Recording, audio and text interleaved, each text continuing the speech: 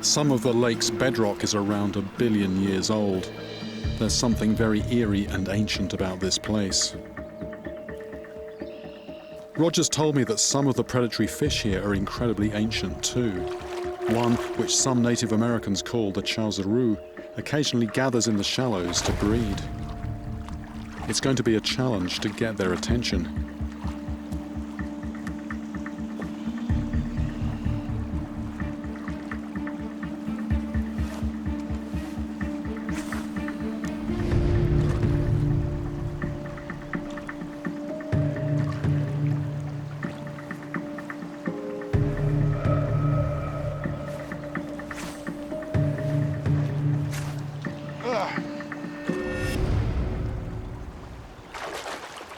Fish on.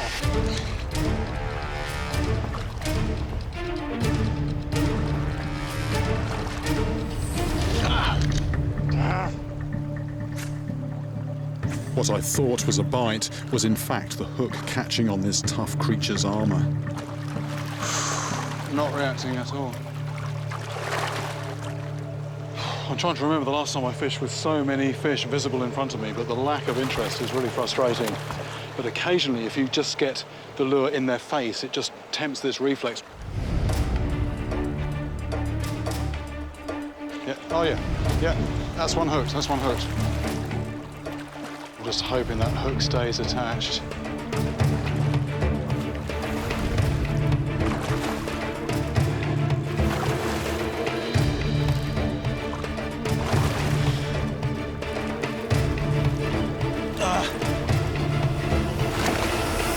The fish some Native Americans called the chowsaroo, I know by a different name. This is a long-nosed gar. Very, very ancient fish. That armour plating was probably protecting it against pterodactyls back in the day. And those teeth, very, very spiky and sharp. The Abenaki use the gar's teeth to carve tattoos, so these fangs can certainly draw blood. Because I'm after something with a taste for flesh, I'm going to fish with the bloodiest bait I know. This being cattle country, this is a bit of cow's heart, nice and bloody, very fleshy, and, well, that should get the attention of any carnivores down there.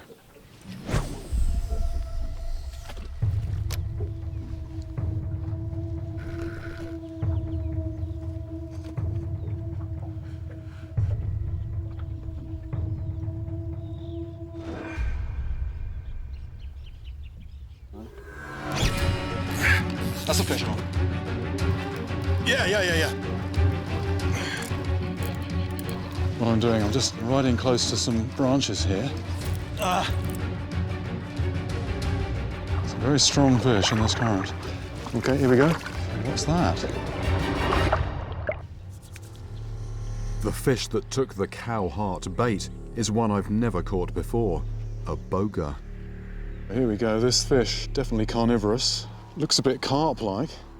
But this fish has what carp don't have. Oh, there's teeth in here. Just having a close look at those teeth. Its scientific name, Leperinus, describes its rabbit-like teeth, but this is not the hardware of a friendly vegetarian. I've heard bogas can grow bigger than this, but even so, its mouth is not nearly wide enough to bite my finger. Although it's quite strange to see teeth in a fish like this, I don't think this is responsible. Within minutes, there's activity. Right, there was a tug, and that's now missing its tail. That was a piranha, it's taken that off. Piranhas are an all too familiar problem when fishing the Amazon, but I have a solution. I switch to a tough plastic lure. Hopefully, I'll have more luck with this.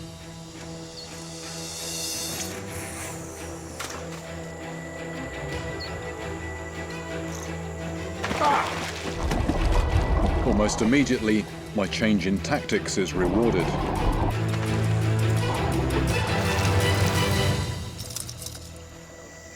Very aggressive piranha there. Taking this very noisy, large lure on the surface. It's a perfect opportunity for an experiment. Right. I'm just going to see if we can demonstrate how sharp those teeth are. This is 300-pound breaking strain Kevlar, the same material used to make bulletproof vests. Just get some in here. 8? That's impressive. Its teeth slice effortlessly through the Kevlar. But what about woven steel? Huh. It's a sobering reminder of the flesh-slicing potential of these prolific predators. The next morning, I'm ready to start the battle again. But the conditions of our hunting ground have changed. The dam isn't generating as much power today. The operators have cut the amount of water coming through the turbines. The water's gone down quite dramatically, and what it's done is exposed all these rocks here. So those are just perfect ambush spots for predators. You know, just a rock to hide behind, a little bit of slack water, some prey fish struggling in the current. Whether this will work to my advantage, I've yet to see. I've seen a little bit of activity. Can I entice them onto this brightly coloured lump of plastic?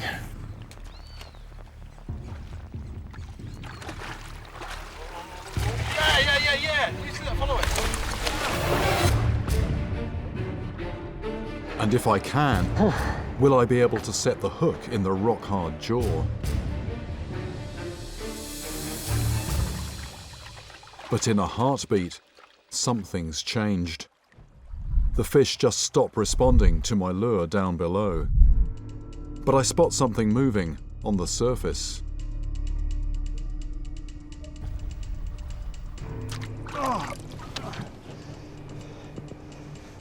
It's a catfish, or, well, it's half a catfish.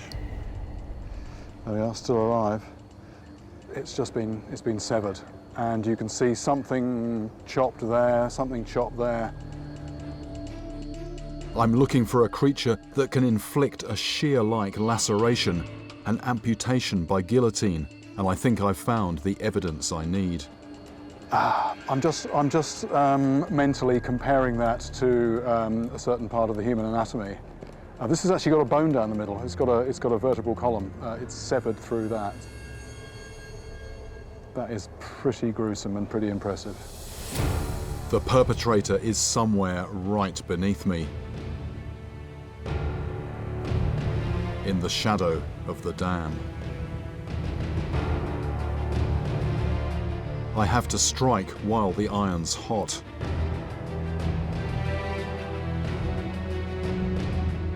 If it's half the beast I've heard it is, it's still going to be hungry.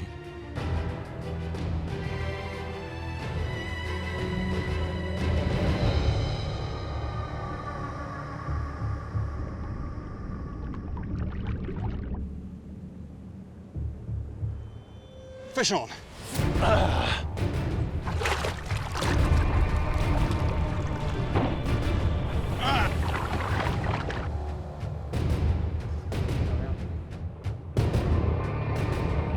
With every leap, its virtually impenetrable jaws threaten to throw my hook.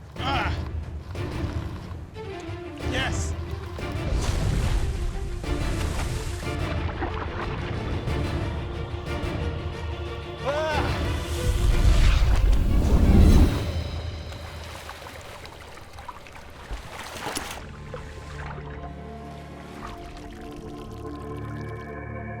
With a head like a pit bull, this massive beast weighs in at more than 40 pounds. This is it. This is a serious size fish. Just look at that head and look at the teeth and the size of the jaw muscles that are going to be inside that gill flap there. A bit like bolt cutters, really, those jaws, particularly near the angle. Tremendous power. I've opened the jaws of much bigger fish without a second thought, but there's no way I'm going to try and manipulate this slippery monster's mouth. It's actually making me think of a spring-loaded man trap. It's not so much the size or sharpness of the teeth. It's the sheer force that you've got operating on these jaws. And if you're in any doubt, you only have to call to mind the catfish sliced in half. any part of human anatomy that gets in those jaws. Once you're in it, you're not going to get out. These people are all too familiar with the pufferfish menace. When I ask, they agree to let me join them for the rest of the day. This guy, he's just shown me what looks like a very fresh bite. Sometimes they bite through the net. If you're handling them and you're not very careful, they'll bite you. They're in the process at the moment of just paying out the net. One of the two boats just pays that out in a circle, and then gradually they'll gather that in. And the bit that I'm interested in is seeing what has become concentrated in the middle of that net. The pufferfish aren't the only things round here that bite. These murky waters are teeming with aquatic hunters. We have a snake in the net. That was actually underneath my feet. I could actually feel something moving at some point. I just assumed it was a fish. And it's become clear that I'm not here just to watch. Retrieving the net requires getting into the water.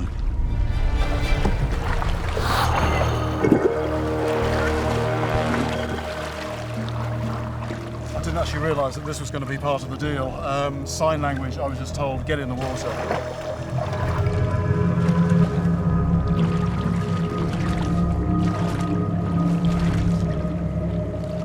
If, as I now suspect, the pufferfish are biting in self-defence, then corralling them in a net is just about the last thing I should be doing.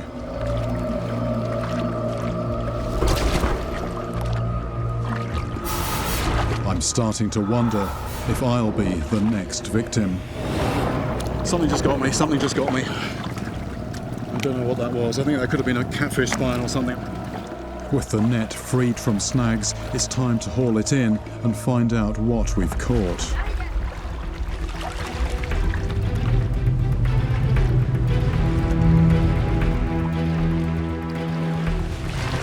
There's a huge variety of fish, but only one of them interests me. This is something different. This is something different. This is the fish, they tell me, that's been biting people here. Behind its harmless appearance, this pint-sized animal packs some vicious weaponry. This is not a fish to be trifled with. Just being very careful here, just hoping it doesn't move suddenly. But I can see very clearly now those mouth parts. Now that I've got one, I want to test its bite. Oh! That was a very graphic demonstration. That's almost cut that fish in half. It's actually gone through the backbone. This fish has a piranha-like ability to slice off bits of flesh in the blink of an eye.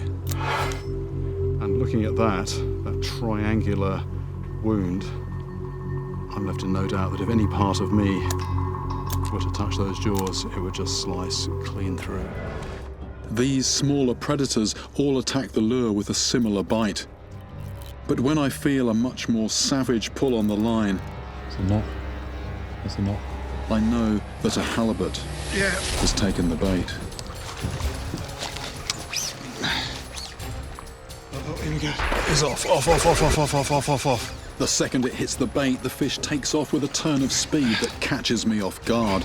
That turned into quite a powerful dive. I'm getting a very disconcerting and characteristic knocking on the rod. The way these fish swim, it's sort of up and down. It's up and down movement.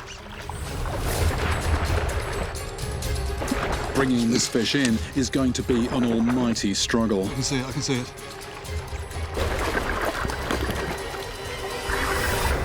It's quite a good size. We're going to go for the net. Yeah, we all ready? I want to get this fish on board without injuring it or us. Now. That end. No. Left. Hey, can you get in and just gather the left-hand side up? Someone take the rod, please. All right. And down we go.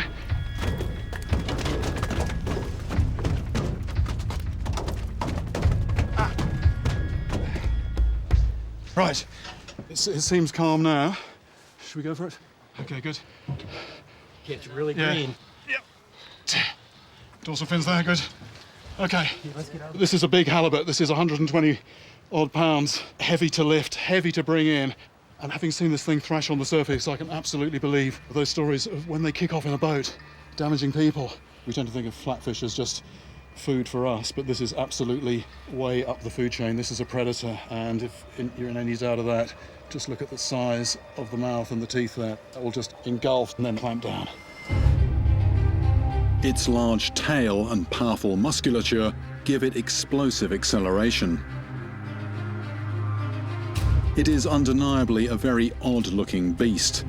A sight hunter with two eyes on one side of its face is something I've never encountered in fresh water.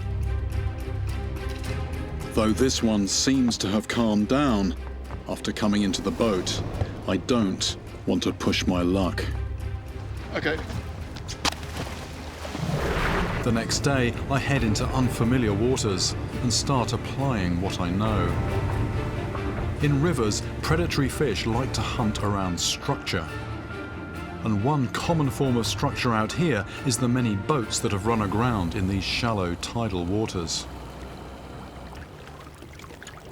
We're drifting by this wreck here because it's the kind of place where you might get predators lurking, using that as a sort of a background to hide against. But every wreck, of course, has a history. And all these wrecks around here, apparently, they are all boats that have crossed from Cuba. This one's only been here a year and a half. So, you know, I'm casting lures around it, but I can't help thinking at the same time. I wonder exactly what is the story with that boat? What happened to the people who were in it? Oh, there we go. Smaller. That's a long streamline fish. Is that a baby barracuda? Those are big teeth on a small fish, good heavens. My first barracuda. There's no doubt about that being a predator.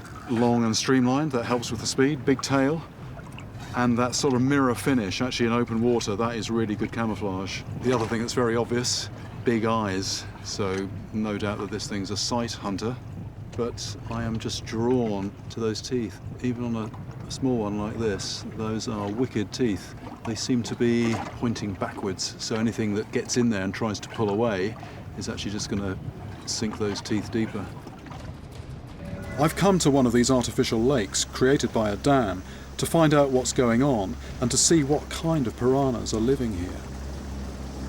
All this used to be rainforest, but when the water rose, the trees all died, just leaving this weird landscape.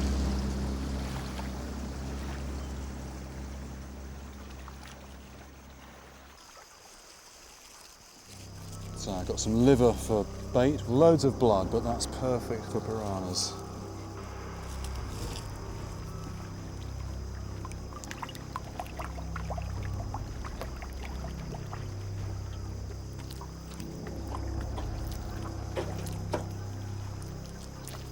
So I'm using a pretty big hook, and above the hook I've got some wire because otherwise they're just going to chomp through the line. Pretty ghoulish feast, but just the kind of thing a piranha would like.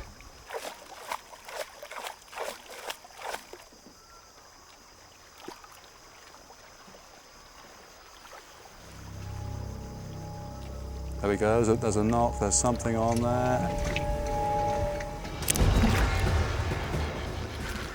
Right, here we go, here we go. There we go, that's a sizable fish. That's a piranha, but that is a big piranha. Now, this is something I've got to be very careful with. Careful, careful, careful, careful, careful. And there it is. Imagine swimming with these boys in the water. Oh, crunch. Oh, crunching on the hook as I take it out. How about that for a piranha? This is a black piranha. It's the biggest species of piranha. Look at those teeth. Look at those teeth. I'm being extremely careful here. They just have such powerful jaws. I mean, that would take a serious sized lump out of you. Literally the size of that jaw, that would be the size of the hole that would be missing. Those teeth are so sharp that when people get cut by them, they say they don't even feel it when it happens. They only notice it when they see the blood.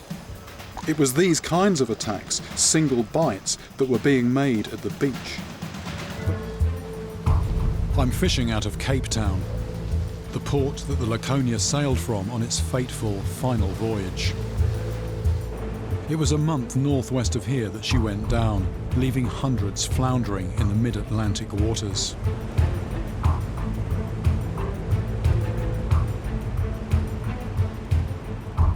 Now, the snook are normally out in the open ocean, middle of the Atlantic, but at certain times of year they do come in close to land, and I'm told that right now, at this time of year, if I go fishing in the water here, I stand a chance of catching one and having a good look at one.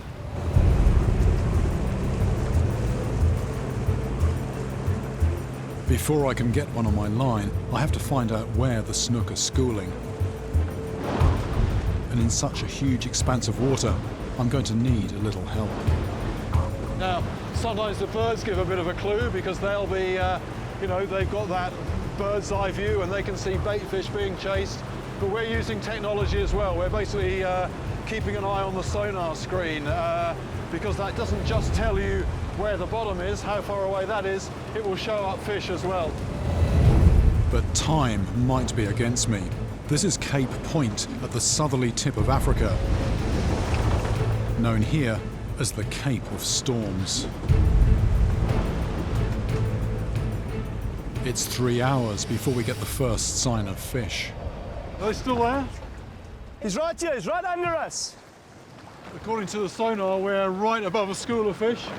There could be anything between a couple of hundred to 1,000 fish down there. So what I'm using is this. This is actually, it's lead with a bit of coloration on it, and I'm just dropping that down to the bottom, and that's what they go for. These Cape fur seals sense that there might be an opportunity for easy prey.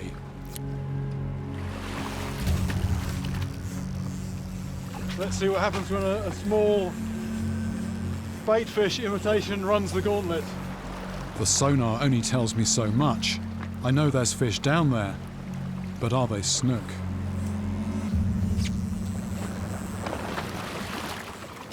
Here we go. Whatever I catch, I'll need to get it in the boat fast to avoid it being snatched off the line. Just retrieving it a bit erratically. Here we go. There's one. There's one.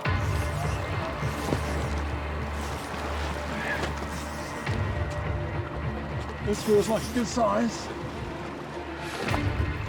This is taking line out. This fish is stronger than I anticipated. I'm trying to bring it in quickly because there's seals around. That's the problem. There it is, there it is, there it is.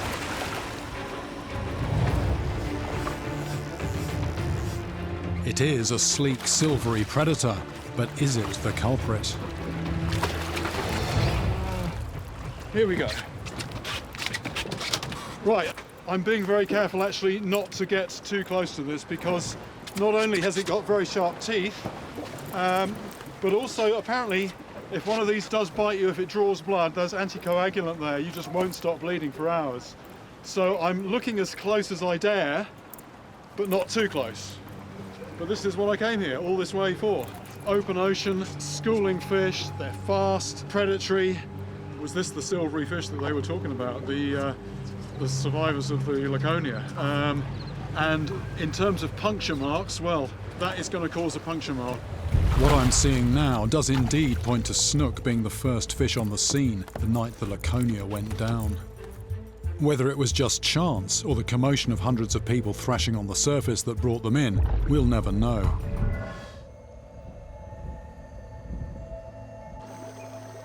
The river has transformed overnight, with whole trees being washed downstream, and the water has completely clouded up. This has happened very, very quickly. The thing is, for this to get back to normal is going to take several days. That's if it doesn't rain again. If it does rain again, it's going to stay like this. It's going to possibly even get worse. My only realistic option of catching a black bass now is to head back downstream. to the river mouth. Swapping the confined space of a river for a bigger expanse of water would normally make catching one even more of a lottery. But as the river widens, it slows, the sediment starts to settle, and the water mixes with the ocean, making it clearer. Better conditions for sight predators, like black bass.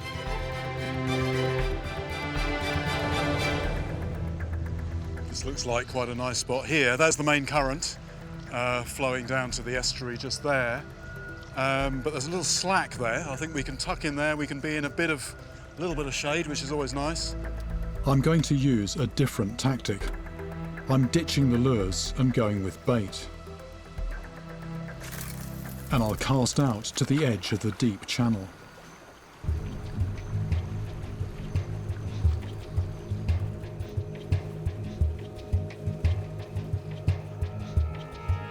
This could be my final chance to do battle with a big black bass. Oh, here we go. There's something on there. Let's go out this way a bit, yes, that's a fish. Motoring over to where the fish is at the moment. It looks like it's well clear of the bank, but the problem is there could well be sunken snags down here. Shortening the line, shortening the line, shortening the line. Yeah, just keep coming this way into this clear bit. It's a big fish. Yeah, can maybe stop the motor, stop. Yeah, this is good, this is good. Here we go. And, oh, there's the leader, there's the leader. I can see it now. It's on the surface, there it is. It's a big bass. Net in the water. Lift. Yes. Wow. Yeah. Well, this is a big New Guinea black bass. This battle-scarred specimen is large, but they can grow to twice this weight. I think all the pieces finally fall into place. It has the coloration that matches George's story of that mystery fish on the reef. It has the teeth that could have inflicted that bite wound that I saw on Andrew. And having felt this on the end of a line, no doubt about it, the power. If this thing grabbed hold of your leg and started pulling, I think you'd go with it. You'd go under the water. This is the fish that I'm looking for. This is the fish behind those stories. Weigh in at about 200 pounds. That's heavier than I am. Big stone here, big stone! Big stone here! They sure have the attitude